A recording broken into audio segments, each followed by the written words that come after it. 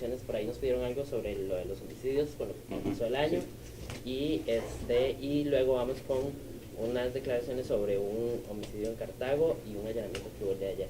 Podemos iniciar. ¿Están listos los de las cámaras? Ok, podemos iniciar, Omar.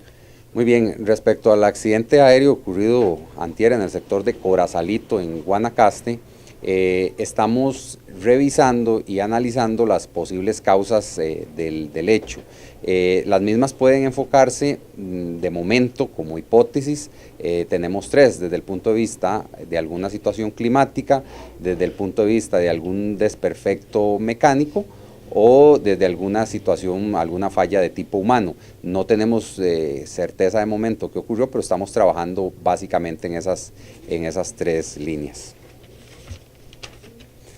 Bueno, les informo que el día de hoy se iniciaron las autopsias de los 12 cuerpos, en las cuales están participando antropólogos, odontólogos forenses, patólogos, pues para iniciar sobre todo con el proceso de identificación.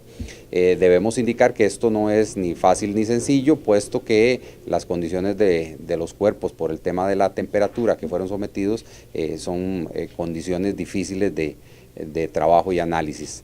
Se están valorando la identificación básicamente en dos líneas, por medio de ADN o ácido deoxirribonucleico, que es la principal línea, o por odontología forense.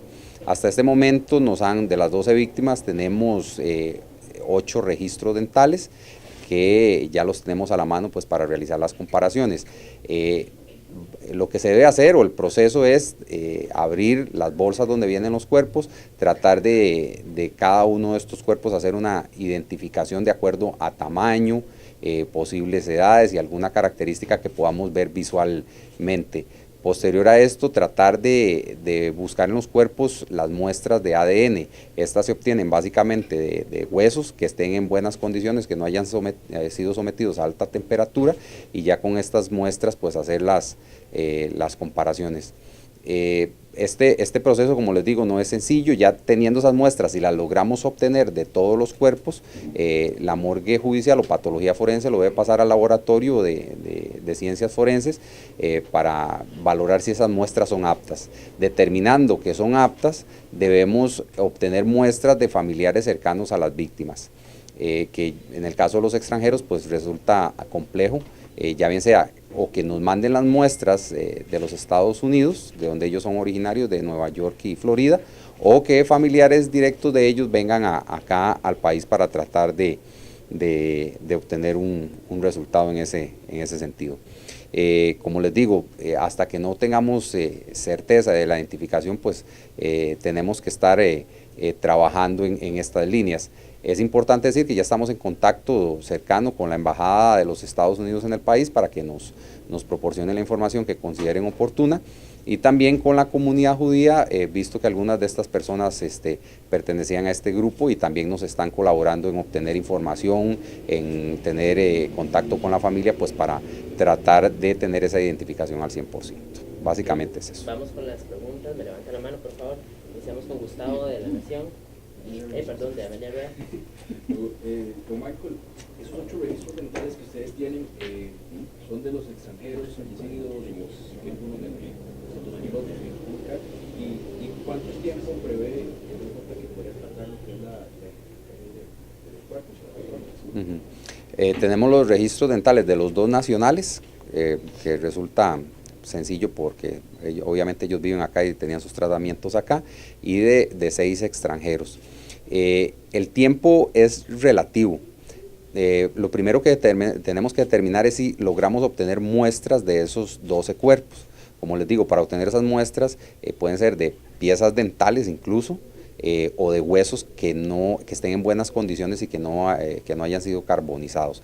Ya obteniendo esas muestras tendríamos que esperar a que las familias vengan, en el caso de los extranjeros, o que nos envíen las muestras. Entonces eso va a depender de algún tipo de tramitología, ya bien sea de diplomática o de que la familia se haga presente acá en el país, porque tiene que ver también, les explico un poco, para lograr hacer esos vínculos de ADN se requerirían en condiciones idóneas, acuérdese que esto es por porcentajes de vinculación,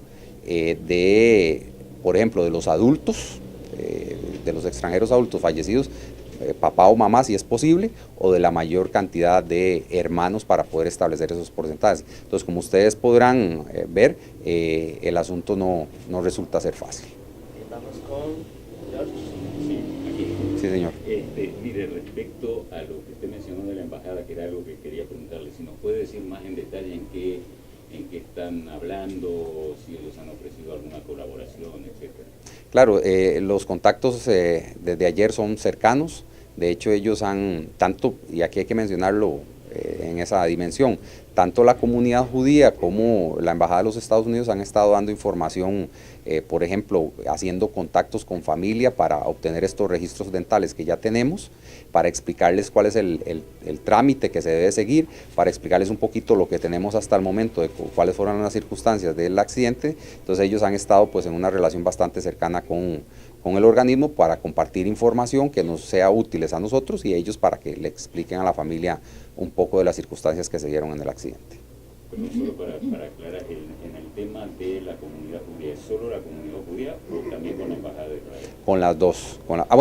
La información que tengo es con la Embajada de los Estados Unidos, sí, y con la comunidad judía. Con la Embajada de Israel no tengo claro que haya contacto, pero me parece que son solo con esos dos grupos que le mencioné. Janet Valverde. El proceso que, bueno, usted dice que no se sabe cuánto tiempo va a durar para entregar, para terminar con los resultados, pero posteriormente a esto, ya haciendo la corroboración con los resultados de la familia, tomamos las pruebas, se estarían entregando los cuerpos, no saben si ellos vendrían a recogerlos, se estarían enviando hacia allá, ellos una. Y lo otro con el tema de las dos hipótesis, clima, tiempo o falla mecánica. ¿Eso es algo que ustedes lo tienen preliminarmente o hay alguna razón por la que ustedes estén analizando esas dos hipótesis específicamente, si tienen alguna versión de que pudo tener algún problema en la avioneta y demás? Bueno, vamos a ver, respecto a la primera pregunta, un examen de ADN en condiciones normales, de acuerdo a las cargas de trabajo que tiene el organismo, puede estar entre los 2 y 3 meses. Y también ese examen de ADN tiene que ser entre los restos, porque hay diferentes restos o partes de cuerpos, entre los mismos cuerpos, ¿verdad? Es decir, piezas con piezas principales, piezas accesorias con piezas principales, perdone que lo explique de esa forma, pero es prácticamente a lo que nos estamos enfrentando, y luego de esto ya vincular con familia. Cuando ya tengamos ese proceso, pues haríamos la entrega de los cuerpos, ya bien sea desde la vía diplomática o directamente a la familia. También hay que tomar en cuenta que desde el punto de vista de ADN se podría vincular por genética esos cuerpos entre sí mismos, entonces podrían ser entregar familias incluso, para decirlo de alguna forma, pero eso tendría que decirnos las circunstancias conforme se vayan desarrollando. Tomen en cuenta que hasta hace muy pocas horas empezamos en ese proceso. El otro es de protocolo. Básicamente en un accidente aéreo pueden haber 3 circunstancias básicas, podrían ser más, pero digamos que las 3 básicas, que es clima, como les decía, mecánica e incluso alguna falla de tipo humano. De momento no estamos descartando ninguna. Vean ustedes que aún el sitio no se ha terminado, a pesar de que OIJ terminó, se le entregó a Aviación Civil para que Aviación Civil, pues de acuerdo a su experticia, nos pueda hacer algún tipo de aporte para la investigación. Entonces, hasta tanto no se concluya, no podríamos afirmar o descartar ninguna de las mencionadas. Vamos con don Hugo Solán. Don Michael, si es tan amable, los nacionales, pues la posición de piloto y copiloto, así como por algún reloj, ¿sería más fácil? ¿Tienen algo avanzado en ese sentido? Sí, por supuesto que va a ser un poco más sencillo. Como le digo, no conozco las condiciones en que quedaron ellos, estas 2 personas, pero la posición nos ayuda mucho y obviamente los registros dentales los tenemos muy a la mano. Entonces, esa identificación podría ser más fácil. Y hay que ver todo ese tipo de detalles. Ya los compañeros valorarán qué condiciones tienen respecto a algún artículo, anillo, relojes, este tipo de situaciones, pero de momento es muy preliminar para indicar que eso sea, pero existe la probabilidad que sea más sencillo por esa circunstancia. Perdón, en ese mismo, lo que usted mencionaba de las causas que están analizando factor humano, ¿hay de momento alguna irregularidad en el vuelo o en la trayectoria que hayan detectado? No, de momento, como les digo, estamos en el proceso de compilación de información. Ya nos sentaremos a analizar todo lo que tengamos, testimonios, ruta posible de salida de la avioneta, ruta tradicional, hablar con otros pilotos para que nos digan cuáles las condiciones de ese lugar, si es un aeropuerto fácil, si es un aeropuerto difícil, los testigos que nos digan si hubo o no algo extraño, pero estamos en el proceso de compilación de información. Todavía están los compañeros en el sitio tratando de ubicar testigos. No es lo típico donde usted un testigo lo tiene en pocos metros, estamos hablando de que pueden haber testigos de alrededor, kilómetros alrededor, entonces estamos todavía en ese proceso. Vamos con Mónica de la Franja Libre. Si tienen detalle de cuántos ellos pertenecen a la comunidad judía y si ya tienen contacto con la familia o qué han manifestado los familiares. Bueno, no tengo el dato exacto de cuántos de ellos eran de la comunidad judía. Sí sé que algunos de ellos lo eran, puesto que ya tuvieron contacto con nosotros. Y el organismo directamente con la familia no hemos tenido contacto, sino lo hemos hecho por medio de este grupo y por medio de la Embajada de los Estados Unidos. Javier Córdoba, el Semanario. Michael, dado que son la mayoría ciudadanos estadounidenses, ¿hay algún ofrecimiento o solicitud de ayuda a autoridades estadounidenses para la investigación, para el proceso de la autopsia?